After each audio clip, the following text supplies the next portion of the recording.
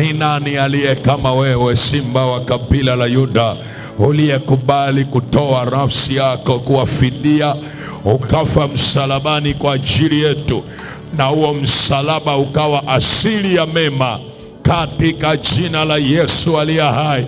Mungu wetu tunakushukuru, Mungu wetu tunakutukuza, Mungu wetu tunakuinua sana. Asante kwa uaminifu wako Bwana. Hii ni jioni nyingine umetupa, tukiwa mbele za uso wako Bwana, kwenye madhabahu hii na mahali hapa na katika mji huu. Katika damu ya Yesu tunakuadhimisha wewe uliyetukuka na kuinuliwa, wewe uliye juu, Mungu mwenye nguvu. Tunakuinua tena Bwana kwenye hii madhabahu jioni ya leo. Pokea sifa na heshima, pokea shukrani peke yako katika jina la Yesu. Hii ni jioni nyingine Bwana, tunaomba utuhudumie, tunaomba useme nasi, tunaomba ongea nasi Bwana, tunaomba ongea nasi Bwana, tunaomba ongea nasi Bwana, katika jina la Yesu aliye hai, katika jina la Yesu aliye hai, katika jina la Yesu aliye hai, katika jina la Yesu aliye hai, na kwa damu ya Yesu Kristo.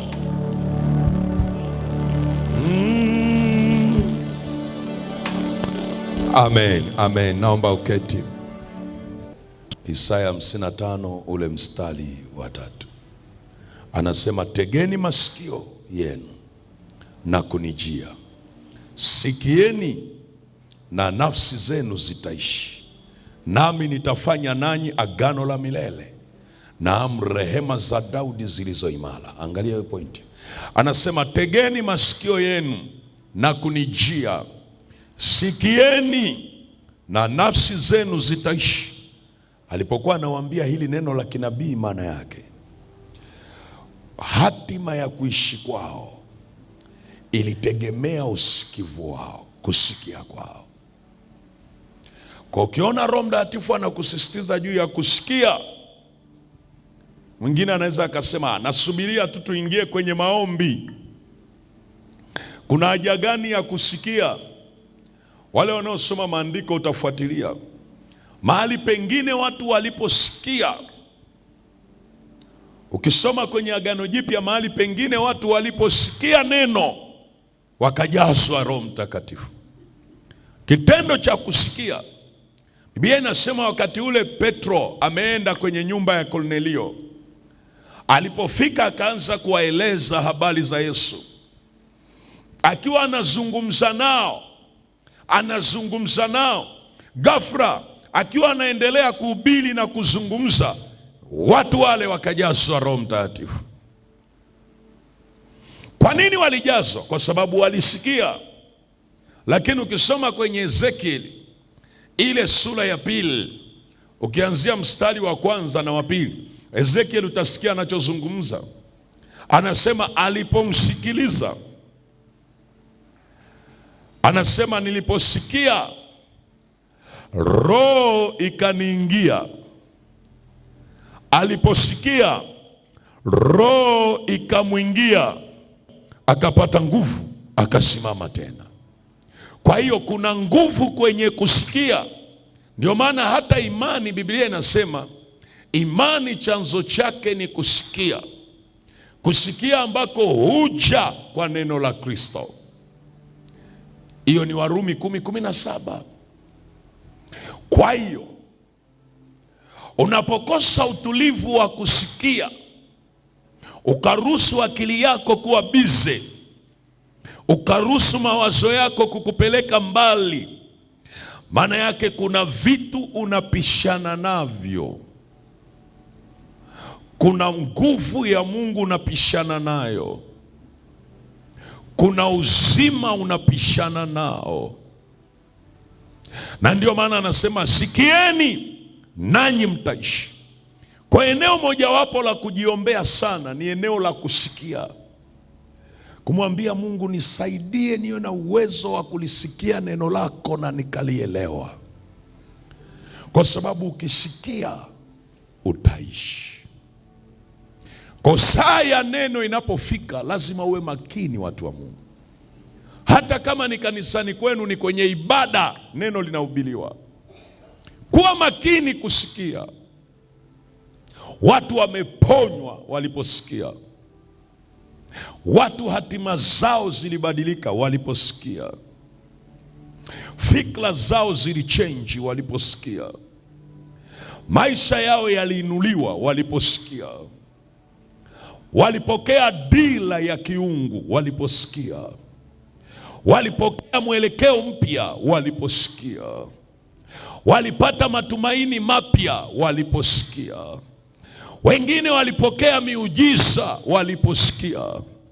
Wengine historia ilibadilika waliposikia. Wengine walifunguliwa vifungo vyao waliposikia. Ndio maana usikivu ni vita. Ni vita kabisa. Kama nafikiri nakutania, nenda makanisani, waambie watu baada ya ibada, mmesikia nini? Neno lililohubiriwa leo ni neno gani? Alafu uone wangapi watakujibu. Leo ufalme wa giza uko serious. Usipotengeneza hali yako ya kiroho ikakaa vizuri. Na inapozungumza hali ya kiroho, usije ukafikiri nazungumza tu ndani yako. Nazungumza mpaka mambo yanayohusu maisha yako yamefunikwa na hali ya kiroho ikoje. Kwa sababu wengine mahali wanapobanwa ni hali za kiroho za familia zao tu, zinafungulia milango mpaka ya maeneo walioko. Jina la Yesu libarikiwe. Somo ambalo tunaendelea nalo ni siri ya imani juu ya kifo cha Yesu msalabani. Siri ya imani juu ya kifo cha Yesu msalabani. Siri ya imani. Ndio maana kama utapita eneo lingine au utasoma vitabu vingine vya waandishi au vya walimu ambao wamewahi kuandika au wachungaji, watakwambia fumbo la imani. Ukisikia wanasema fumbo la imani juu ya kifo cha Yesu msalabani, ujue anazungumza siri ya imani, the secret of faith. Siri ya imani juu ya kifo cha Yesu msalabani. Na nilikueleza, tunapojifunza juu ya siri ya imani, maana yake haijafunuliwa kwa wengi. Na nikakueleza swala la kuamini peke yake kwamba Yesu alikuja akafa ni jambo lingine, lakini swala la kujua kwamba kifo cha Yesu msalabani, pale msalabani kulifanyika mambo gani, leo nitakuelezea mambo mawili au jambo moja, lakini kesho nitakwambia, kwa sababu maneno mengi yaliyobeba hatima ya ulimwengu na wanadamu wanaomwamini Yesu yalitamkiwa msalabani. Mengi yaliyatamka msalabani. Tena yako maneno 7 ambayo Yesu aliyasema akiwa msalabani. Na yale maneno yale ndiyo yaliyobeba hatima ya maisha yetu yote haya tunaoishi. Yale maneno ndiyo yaliyobeba covenant, agano lile alilokuwa analifanya pale msalabani. Yale maneno. Amen, amen. Kwa sababu leo nitakwambia neno moja, lakini kuna maneno kama imekwisha, sitaweza kukueleza. Lile neno imekwisha, so unajua lilikuwa kama neno la 6 kama sijakosea, kwenda la 7. Neno imekwisha, kwa sababu la mwisho kabisa alisema mikononi mwako naiweka roho yangu, akaitoa roho. Na unajua sasa, wengi wanasoma tu pale juu juu, lakini ukisoma haya maneno 7, ukakaa ukafanya Bible study, alafu kaji ukasoma matukio, yale matukio yaliyoambatana na Yesu kuitoa roho yake, alafu ujue akiwa msalabani kuna matukio makubwa yalifanyika. Tukio la kwanza mnafahamu, si ndio? Kwamba dunia nzima ilifunikwa na nini? Na giza toka saa 6. Ilikuwa inamaanisha nini? Hilo ni tukio kubwa, event. ilikuwa inamaanisha nini? Kilikuwa kinaendelea mpaka giza likatokea? Je, ilikuwa ni kupatwa tu kwa jua ilitokea au ni kitu gani? Lakini utaona tukio, kuna matukio mengine yalijitokeza kwa mfululizo pale Yesu anatoa roho yake. Alipokuwa anatoa roho, utaona matukio kama sio matatu pale, matatu nafikiri. Alipokuwa anatoa roho, kitendo cha kutoa roho yake. Unajua Yesu hakuna aliyemtoa roho, aliitoa mwenyewe. Hakuna aliyemtoa, pamoja na mateso yote yale, lakini walishindwa kumuua.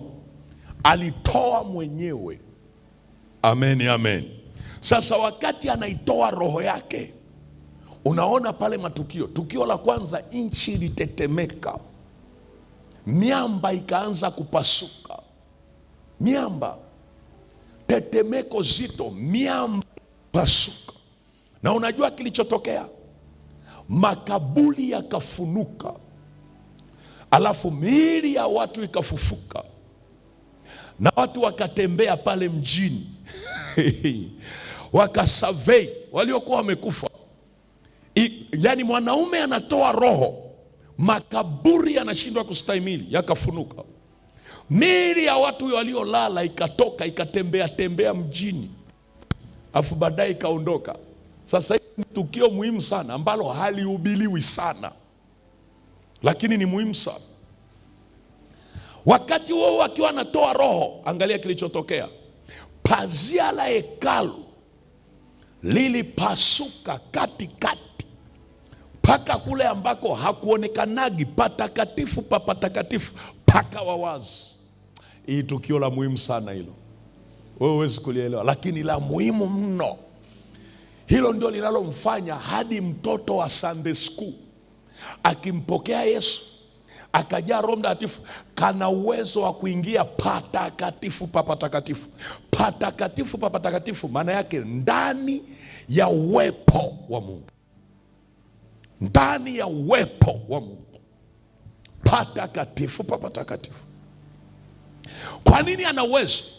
Kwa sababu Yesu alipokuwa msalabani, pazia la hekalu lilipasuka. Hili tukio lilitokea akiwa msalabani, sio akiwa ameenda kuzikwa kabrini, akiwa msalabani. Ndio maana unasikia msalaba asili ya mema, kwa sababu kupasuliwa hekalu, pazia la hekalu kupasuka katikati, maana yake njia ilikuwa inatengenezwa ya kupaingia patakatifu pa patakatifu. Utaratibu mpya unatengenezwa, kwa sababu hata kipindi kile kabla Yesu hajafa, pamoja na kwamba palikuwepo patakatifu pa patakatifu palipotengenezwa kwa jinsi ya kibinadamu, lakini njia ya kumwendea Mungu bado ilikuwa haijatengenezwa sawa sawa. Kifo cha Yesu msalabani kilitengeneza njia ya kumwendea Mungu. Natokea pale, huhitaji mtu aende kwa niaba. Ukimjua Mungu una uwezo wa kwenda, una uwezo wa kukaa. Tena saa hizi sio unaingia na kutoka, una uwezo wa kuishi uweponi mwa Bwana. Ukawa unakula uweponi mwa Bwana, ukawa unafanya kazi uweponi mwa Bwana, ukawa unatembea uweponi mwa Bwana, ukawa kwenye familia uweponi mwa Bwana, ukawa kwenye ndoa uweponi mwa Bwana, ukawa shuleni au chuoni uweponi mwa Bwana. Kwa hiyo unakuwepo patakatifu masaa yote. Lakini wakati ule iligharimu kuhani, tena anaingia mara moja kwa mwaka, mara moja. Na sheria za kuingia pale hazikuwa ndogo. Akikosea tu ile sheria anafia kule kule ndani.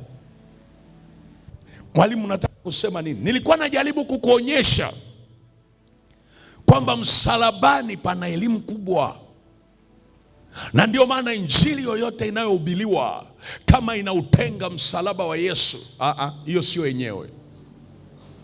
Hiyo sio yenyewe, kwa sababu huwezi kutenga msalaba wa Yesu. Ndio maana nimekueleza hivyo vitu. Matukio yote hayo niliyokuambia yalitokea Yesu akiwa msalabani.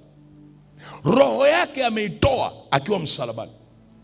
Ndio maana pale Calvary, pale msalabani ni kama madhabahu kubwa ambayo ilipokea sadaka ya mwili wa Yesu. Pale Calvary, ule msalaba ni madhabahu kubwa kuliko hizo unazozisikia makafara, sijui manini. Hakuna sadaka yenye nguvu kama sadaka ya Yesu mwenyewe kujitoa. Haipo. Kinachotugharimu sisi ni kutojua ukweli. Kwa hiyo usipojua ukweli, ndio maana unawaogopa wanaotoa makafara ya watu, wanaotoa makafara ya mbuzi na kondoo. Hakuna damu yenye power kama damu ya Yesu. Hakuna damu yenye nguvu, yenye uwezo kama damu ya Yesu kabisa. Ndio maana mtu aliyeokoka vizuri, akijua uwezo wa damu ya Yesu na kile Yesu amefanya msalabani, hawezi kukimbia mitaa, hawezi kukimbia wachawi, hawezi kukimbia washirikina, hawezi kukimbia waganga. Yaani pale pale ambapo wameweka biashara zao, na yeye anasema na mimi hapa ndio nitaweka. Yaani ukijua siri ya msalaba, siri ya imani juu ya msalaba, watu wachawi watapigana na wewe, wataishia kukukimbia na kuhama. Wasipokimbia, wengine watagundua wameanza kufa mmoja baada ya mwingine. Sio kwa sababu umewaambia wafe, kwa sababu wamekiuka kanuni. Mungu akikwambia kimbia, we ni mchawi, kimbia, kwa sababu Mungu amekuonya. Unafikiri Mungu haonyagi wachawi? Huwa anawaonya. Kienda kugusa mtoto wake anakwambia kimbia, unasema niende wapi? Kimbia wewe. Sasa niende wapi? Tarudi tena. Unarudi tena ndio unakufa. Utasikia mtu amelala usingizini, ameamka, damu zinatoka puani na mdomoni. Anasema alikuwa mchawi sana, sijui nini kimemtokea, alikuwa mchawi sana. Kaenda kuchokoza pasipochokozeka, kaonywa, kaendelea. Jina la Yesu libarikiwe. Kama unanielewa sema amina. Kama unanielewa sema amen. Kama unanielewa sema amen. Natamani kuona Wakristo ambao confidence, ujasiri unaingia ndani yao. Unajua sasa hizi tuna hadi Wakristo waoga. Kapata kazi. Kama umenielewa sema amen. Kwa hiyo siri ya imani juu ya kifo cha Yesu msalabani, kwanza alibeba dhambi zetu juu ya mwili wake. Lakini jambo la pili nataka ulione jioni ya leo. Jambo la pili na hili la tatu.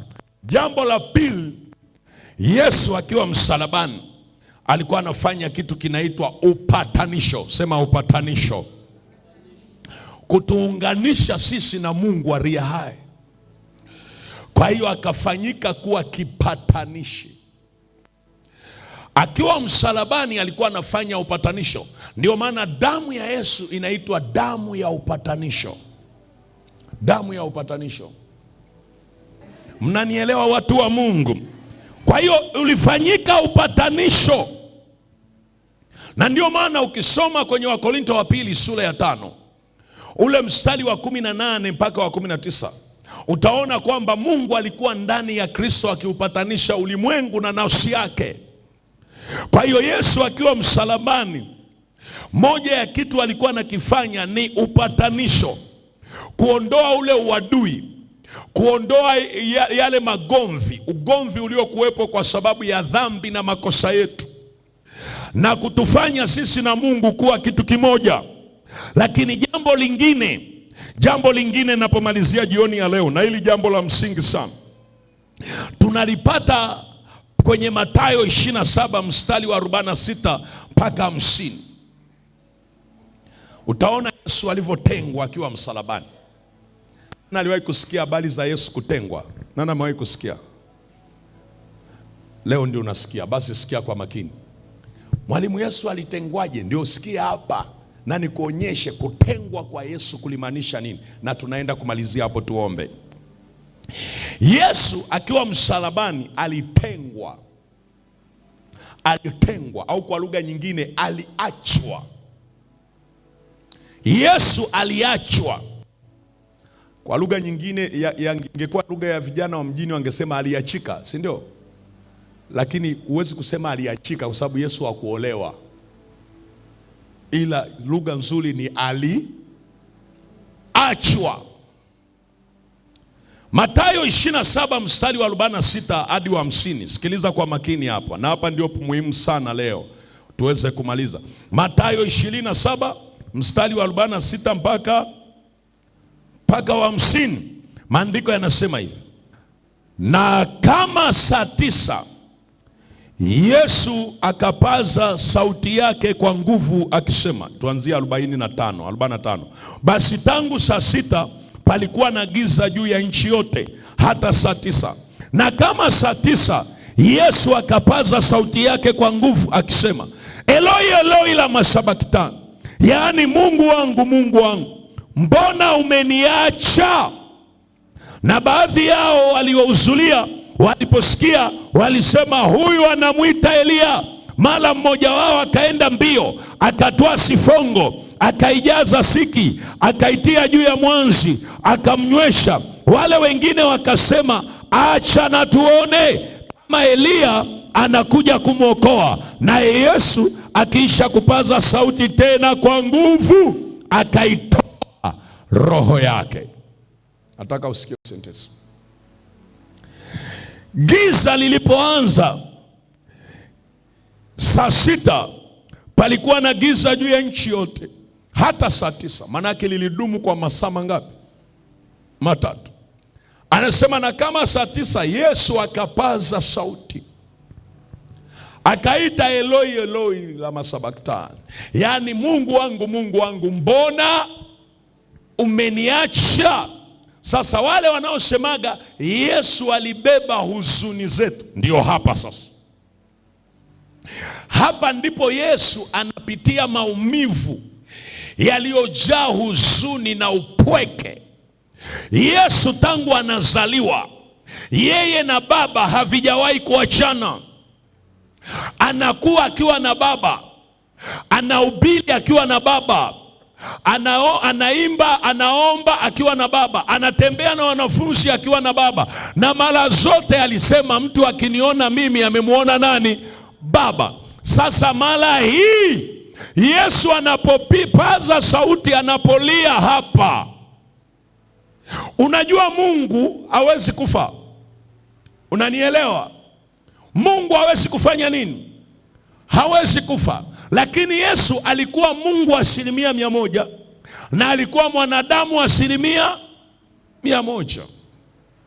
Yaani Yesu hakuwa nusu Mungu nusu mwanadamu, alikuwa Mungu 100%. Na unisikilize hapa, utaelewa hii hapa kwa nini Yesu alilia.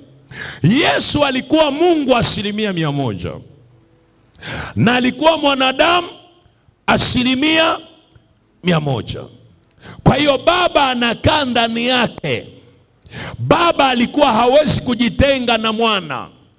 Ilipofika saa amefika msalabani, maandiko yanasema akiwa msalabani giza likafunika.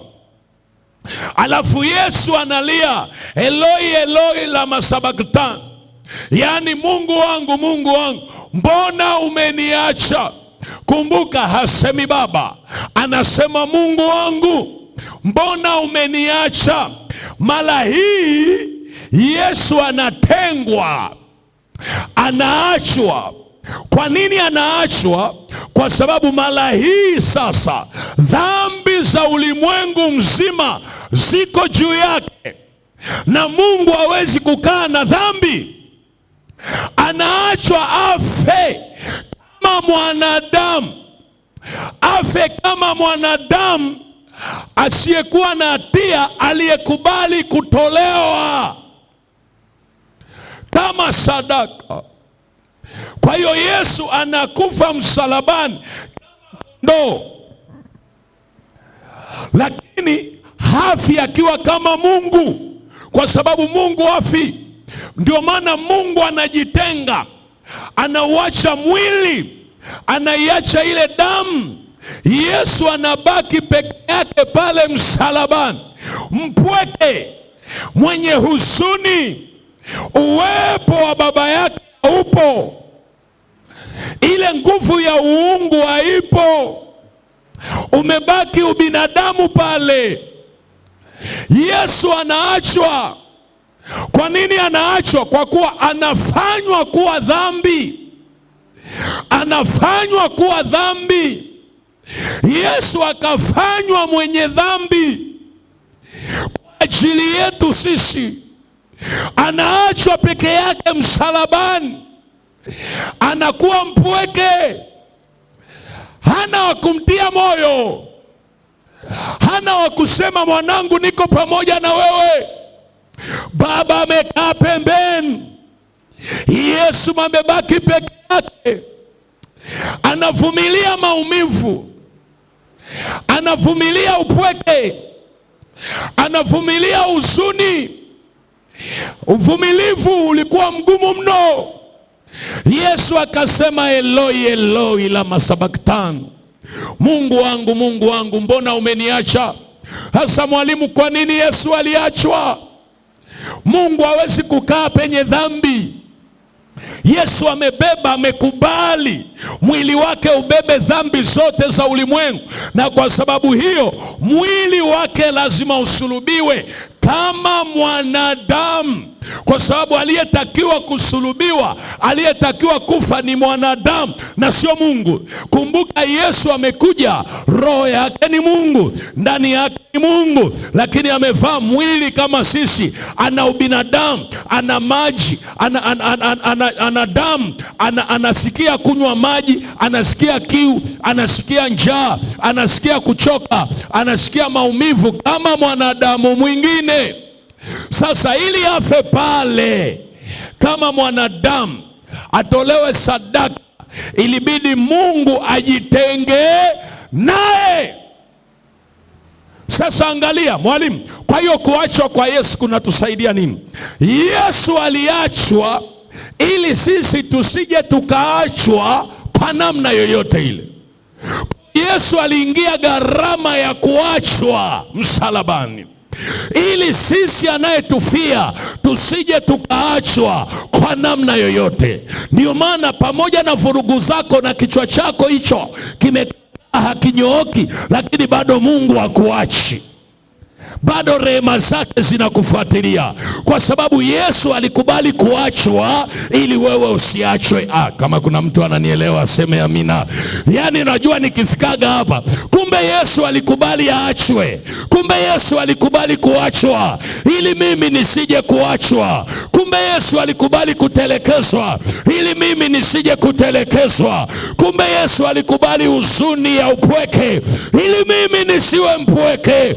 Ndio maana hata ukimkosea Mungu unashangaa, mbona rehema za Mungu zinakufuatilia? Mbona bado neema yake ipo? Mbona bado fadhili zake zipo? Kwa sababu yuko aliyeingia gharama ya kuachwa ili wewe usiachwe. Kama unanielewa sema amina. Nasema yuko aliyeingia gharama ya kuachwa ili wewe usiachwe. Unaposema Mungu ameniacha, ni fikra zako tu. Kwa kweli akikuacha sekunde moja wewe, tena nyinyi walindi hapa, umeshageuka kitoweo. Sijui unanielewa ninachosema? Yaani Mungu akikuacha sekunde moja wewe ni kitoweo. Kama sio kitoweo msukule.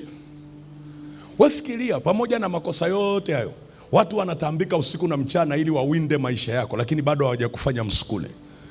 Unajua kwa nini? Kwa sababu huwezi kuachwa. Mandarabasha.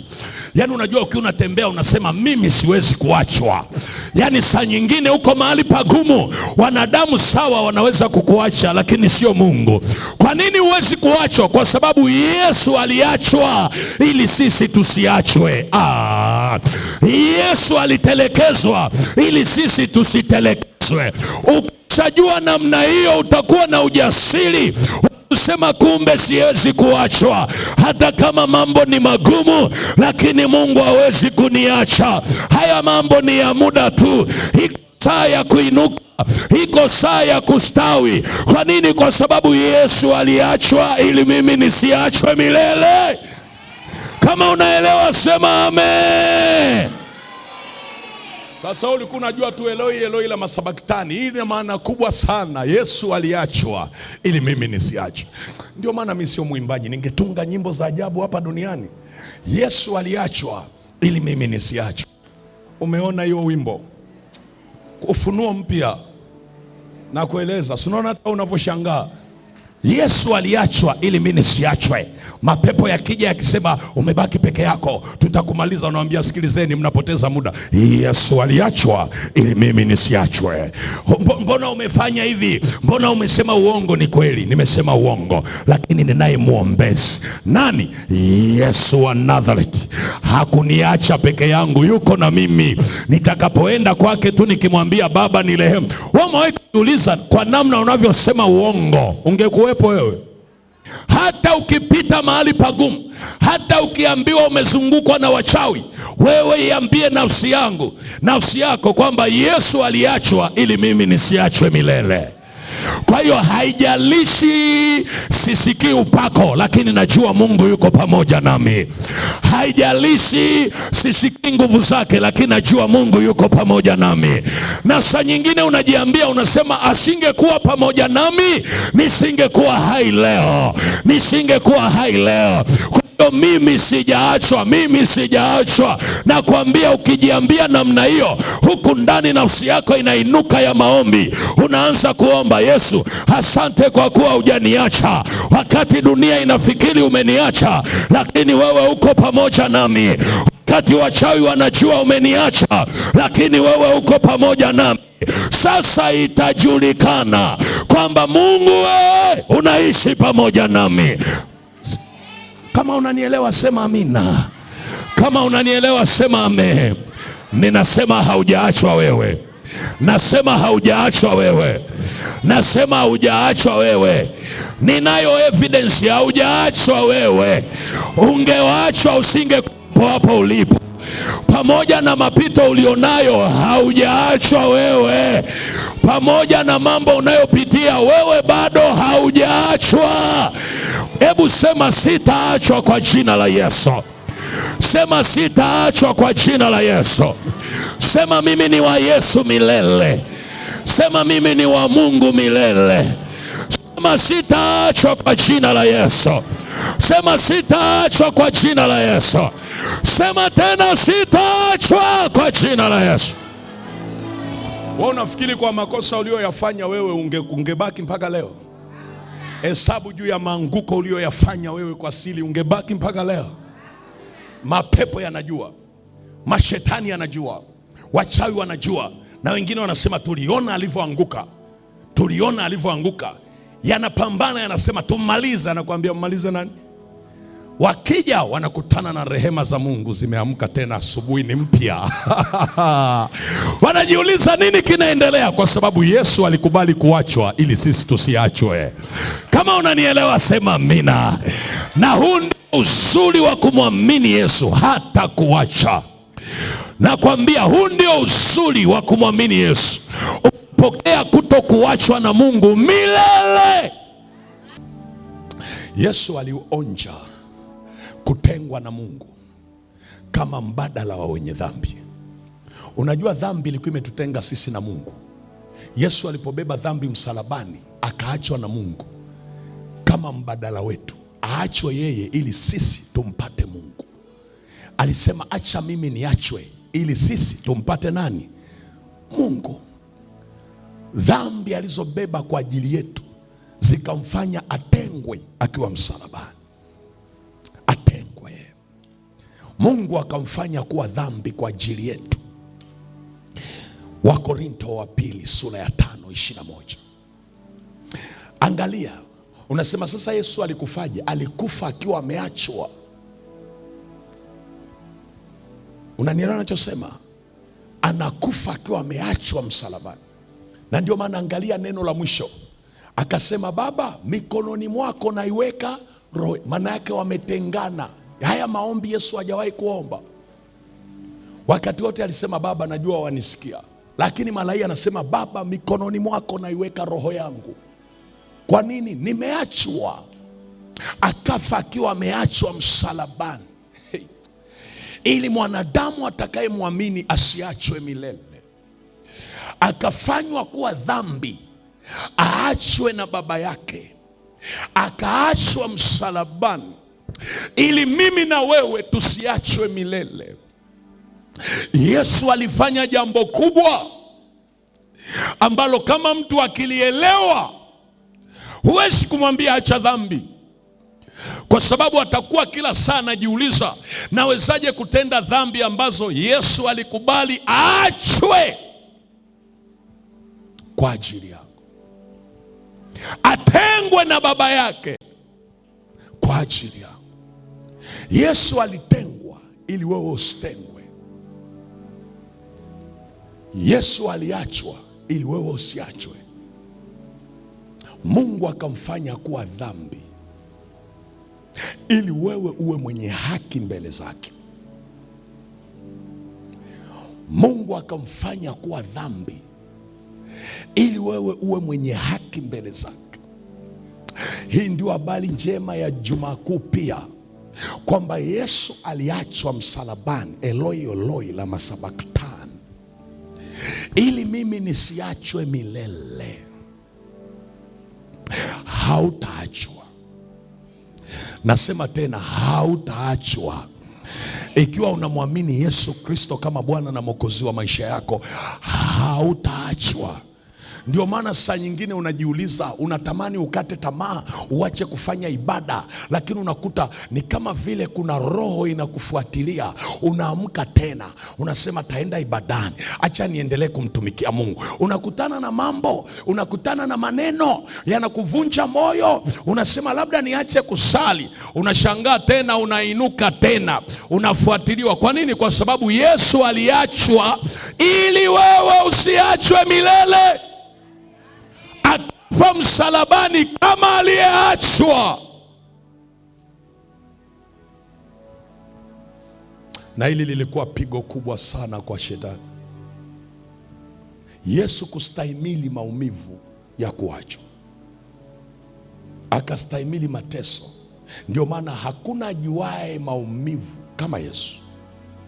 Yaani wewe unapoumia, Yesu anayajua maumivu. Yesu anayajua majeraha ya moyo. Yesu anajua kuvunjika kwa nafsi. Yesu anajua mateso ya kuachwa. Wapi uliwahi kuona Yesu akapiga kelele? Na hata wakati anaitoa roho yake, aliitoa kwa maumivu. Biblia inasema akapaza sauti kuu. Unaelewa sauti kuu? Maana yake alipiga kelele. Alafu Biblia inasema akaitoa roho. Maana yake anailazimisha roho ndani yake itoke. Na unajua kabla hajailazimisha roho itoke, alipoona baba amemwacha na kila kitu kimekamilika, akasema imekwisha.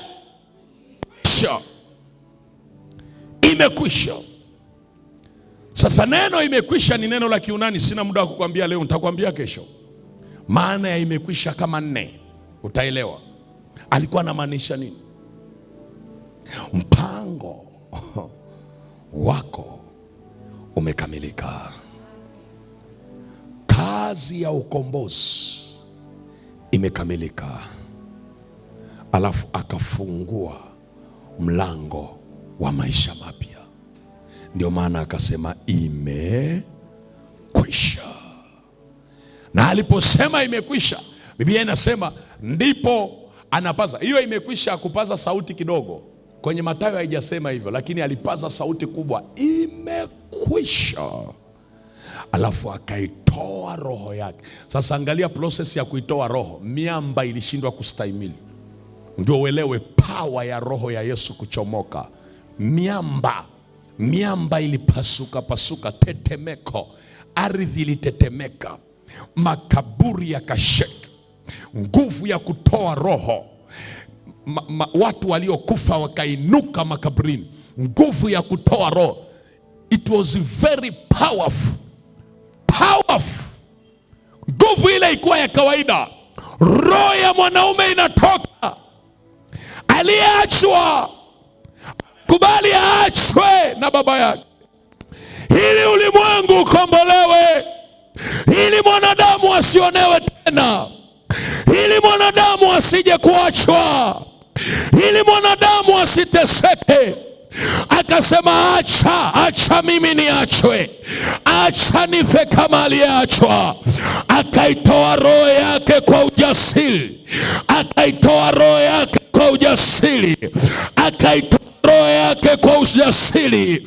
Ile jioni ilikuwa jioni ya ajabu, ilikuwa jioni ya ajabu duniani, ilikuwa jioni ya ajabu kuzimu, ilikuwa jioni ya ajabu kwa vizazi vilivyotangulia vikafa vikazikwa, ilikuwa jioni ya ajabu kwa kizazi kilichokuwepo wakati huo, ilikuwa jioni ya ajabu kwa kizazi kilichopo sasa na kijacho. Alipotoa roho yake, ukurasa mpya ukafunguka. Ardhi ikashindwa kustahimili, milima ikashindwa kustahimili, mawe yakapasuka pasuka.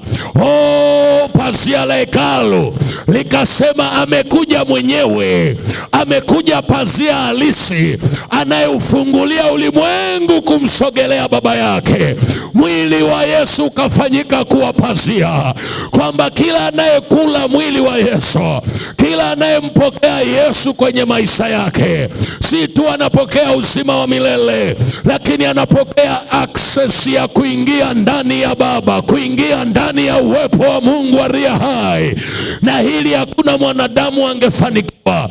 Manabii wasingeweza, mitume walishindwa, lakini mwanamume mmoja tu anaitwa Yesu ndiye alikubali kutengwa na akastahimili yale maumivu.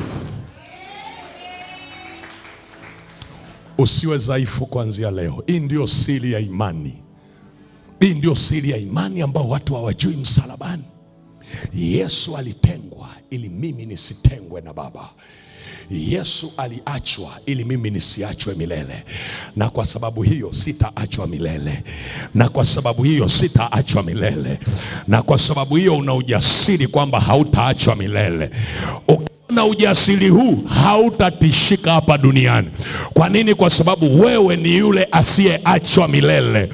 Wokovu ambao Mungu amekupa sio wa kubatisha, ni wokovu unaodumu milele. Hayo ni maisha yenye umilele. Wewe sio wa kuachwa, wewe ni wa kutembea na Mungu milele. Umeelewa? Sema amen. Simama kwa miguu yako, simama kwa miguu yako. Wakorintho wa pili sura ya 5 mstari wa 21 anasema, yeye asiyejua dhambi alimfanya kuwa dhambi kwa ajili yetu, ili sisi tupate kuwa haki ya Mungu katika yeye. Ndio sababu aliachwa msalabani, alifanywa kuwa dhambi Yesu, ili sisi tuwe haki ya Mungu. Bado sijakueleza mengi ya pale msalabani, watu wa Mungu, bado sijakueleza mengi. Yesu alifanya mambo mazito msalabani nyie. Ndio maana msalaba ni asili ya mema, ni asili ya mema. Kwa nini unapataga wasiwasi hata ukiokoka unajiuliza, sijui niliokoka vizuri? Kwa sababu hujajua siri hii. Ukijua kwamba ukimpokea Yesu umepokea kutokuachwa na Baba milele, utaujali sana wokovu, utautunza sana wokovu. Umewahi kujiuliza kama unafanya makosa alafu Mungu akuachi? Je, utakapoamua kutembea kwenye standardi za neno lake, wewe utakuwa mtu gani hapa duniani? Dunia itatetema, wachawi watapiga goti.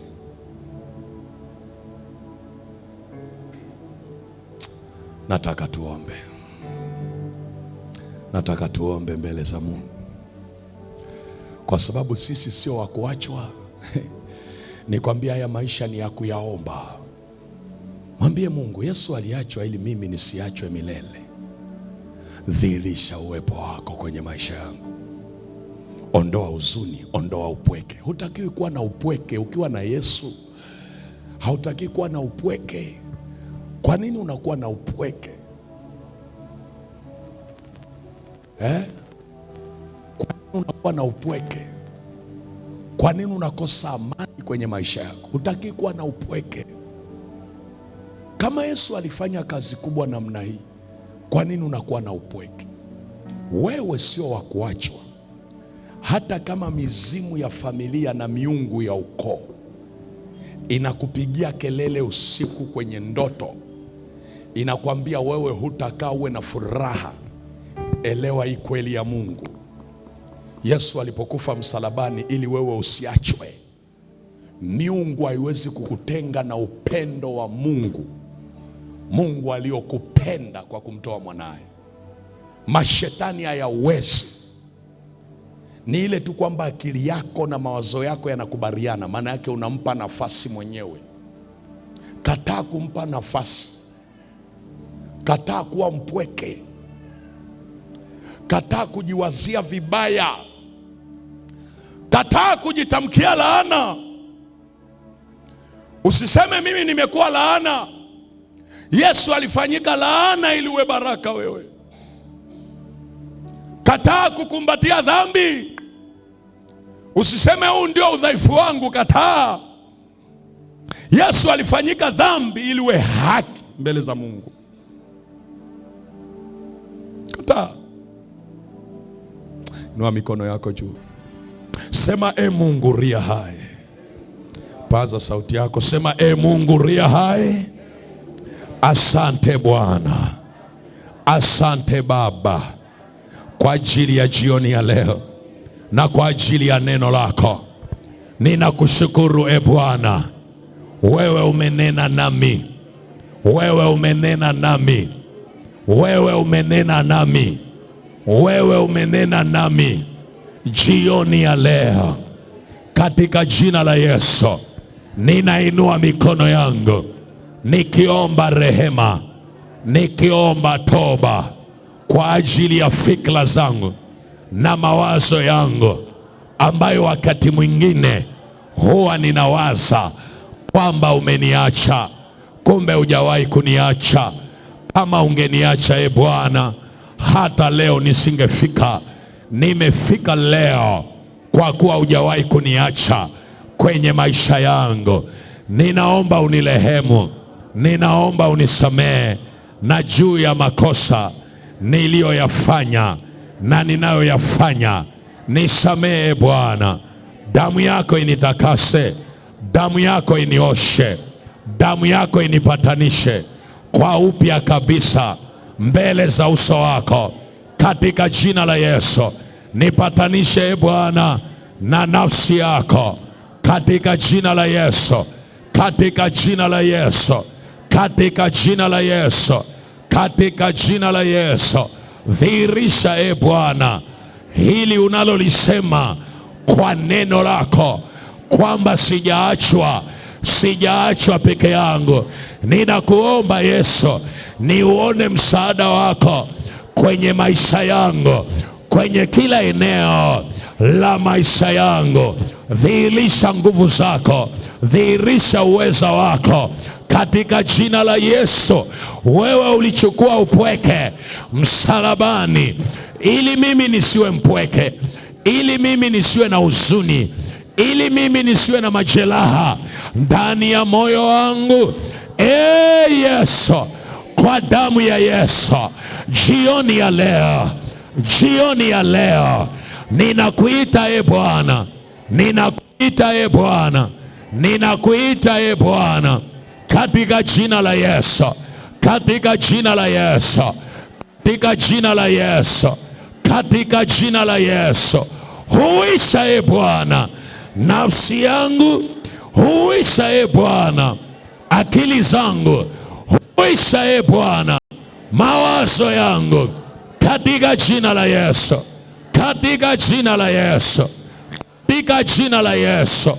Wewe ulifanyika dhambi ili niwe mwenye haki. Wewe ulifanyika laana ili niwe baraka. Wewe ulifanyika maskini ili niwe tajiri. Baba, ninaomba jioni ya leo kwa jina la Yesu, kwa kuwa umesema mimi sitaachwa, siwezi kuachwa. Dhihirisha Bwana uwepo wako kwenye maisha yangu kwa damu ya Yesu. Huzuni yoyote isikae ndani yangu, majeraha yoyote yasikae ndani yangu, maonezi yoyote yasikae kwenye maisha yangu. Jioni ya leo kwa damu ya Yesu, kwa damu ya Yesu, vita yoyote ya kichawi, vita yoyote ya kichawi isinionee kwenye maisha yangu, kwa damu ya Yesu, kwa damu ya Yesu, kwa damu ya Yesu, kwa damu ya Yesu. Omba dakika moja, omba. Fungua kinywa chako, fumbua kinywa chako, mtu wa Mungu. Paza sauti yako, paza sauti yako, paza sauti yako. Tuko wengi humu, paza sauti yako, fungua kinywa chako, mwambie Yesu, nimejua leo huwezi kuniacha. Huu mzigo niliokuwa nauona juu yangu ukanitue Bwana. Sitaki kubeba huu mzigo, sitaki kuwa na haya majeraha, sitaki kuwa na huu upweke. Nilipokuwa ninafundisha hapa, nasikia upweke ndani yangu, kwamba kuna mtu ana upweke, kwamba kuna mtu ana huzuni, kwamba kuna mtu ana majeraha ya moyo. Sikiliza, Yesu hawezi kukuacha. Haijalishi mahali unapopita, Yesu hawezi kukuacha. Yesu anaondoa huo upweke kwenye maisha yako. Ndorobo sandarapakora risandarapakora basa rimandarabasa. Omba, kataa huo upweke, kataa hiyo huzuni kwenye moyo, kataa vifungo vya upweke, kataa hiyo huzuni, kwa kuwa Yesu alisema hutaachwa. Huwezi kuachwa wewe, aliachwa yeye ili wewe usiachwe. Kwa damu ya Yesu, kwa damu ya Yesu, huo upweke uliotengenezwa na kambi ya adui ili kushambulia moyo wa mtoto wa Mungu huyu, ninapeleka damu ya Yesu, ninapeleka damu ya msalaba kwenye huo moyo, kwenye huo moyo. Ninaamuru roho ya upweke, toka kwenye moyo, toka kwenye moyo, toka kwenye moyo, toka kwenye moyo, toka kwenye moyo, toka kwenye moyo, toka kwenye moyo. Ewe roho ya upweke, toka kwenye moyo kwa damu ya Yesu. Toka kwenye huo moyo kwa damu ya Yesu. Toka kwenye huo moyo, toka, achia huo moyo. Wewe hofu, wewe mashaka, achia huo moyo, achia huo moyo. Roho ya hofu, roho ya mashaka, ninaiamuru sasa, achia, achia, achia, achia, achia, achia kwa damu ya Yesu, kwa damu ya Yesu, kwa damu ya Yesu, kwa damu ya Yesu, kwa damu ya Yesu, kwa damu ya Yesu, kwa damu ya Yesu, kwa damu ya Yesu, kwa damu ya Yesu. Upweke wowote toeka kwa damu ya Yesu. Achia hiyo akili, achia huo moyo, achia hiyo nafsi, achia hiyo nafsi kwa damu ya Yesu.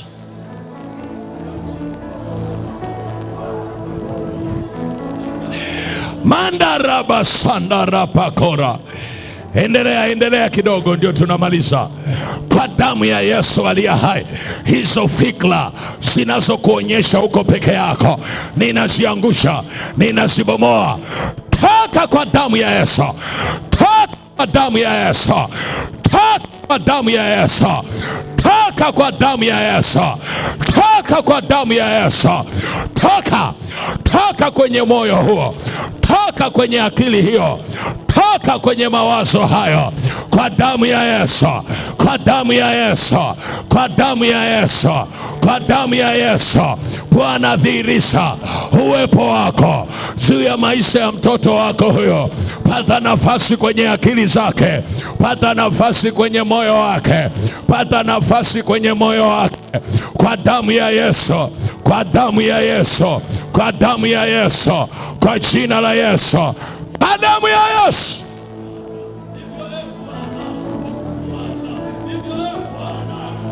Mandaraba sandarapako. Endelea kidogo, endelea kidogo.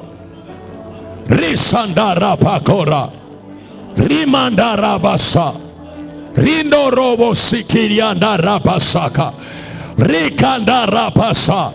Rikondorobosa. Rikasandarapako. Rikandarabasaya. Rikondorobosa. Huo msalaba Yesu ulikuja kutuposition, ulikuja kutuweka mahali sahihi. Kandarabasandarapakora. Rimandarabasa. Rindorobosa. Rindorobosa. Rindorobosa. Rindorobosa. Rindorobosa. Rindorobosa. Kandorobosa ndarapaka. Rimandarabasandarapaco. Rikandarabasaya. Rikokondorobosa. Rasandarapakora. Rikandarabasaya. Rikokondorobosa. Huyo anaonewa na upweke, tunauondoa huo upweke, tunaondoa hiyo huzuni, tunaondoa hiyo majeraha. Kandarabasandarabakorabasaya. Rimandarabasa. Rindorobosandaya. Rindorobo sikiriandarapakora. Rimandarabasandarapaco. Rikandarabasakayata. Rikondorobosa. Rabashandarapakora. Rabashandarapako. Rakasandarapako-rabasaya. Hata kama amezingirwa na giza, hilo giza linatawanyika. Rakashandarapako. Rikandarabasa. Rikondorobosa. Kandorobosa ndarapakora. Rimandarabasaya. Tunainua hiyo nafsi iliyoinama, huo moyo uliokata tamaa. Kandorobosa ndarabakorabasaya. Rabosandaya. Rimandarabakora. Rimandarabasia. Risandarabakorabasaya. Rimandarabasandarabakorabada. Rabosadaya. Kwa jina la Yesu ariaha, kwa jina la Yesu ariaha, kwa jina la Yesu ariaha, kwa jina la Yesu ariaha.